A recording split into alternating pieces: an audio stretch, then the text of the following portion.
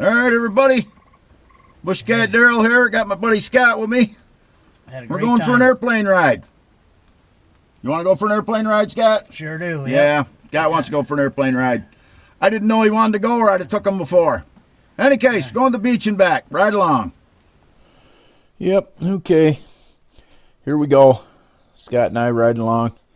Scott has been a friend of mine for, God, 40 plus years. And I knew he was a veteran, but I didn't realize that he had served on the Apache helicopters as a crew chief.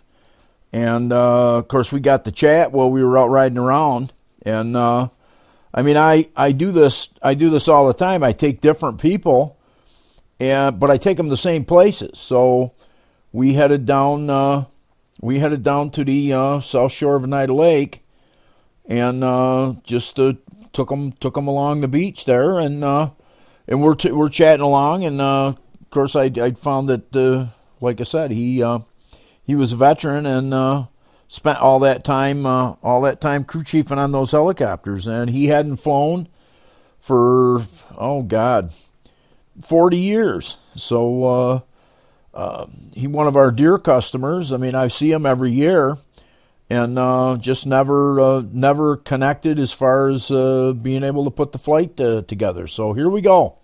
In any case, down Verona Beach, and then of course down to Sylvan Beach, and we're inland. Usually I'm out there on the shoreline, but this is kind of giving you a look at the camps and the setbacks and the coves that they got for the boating and what have you.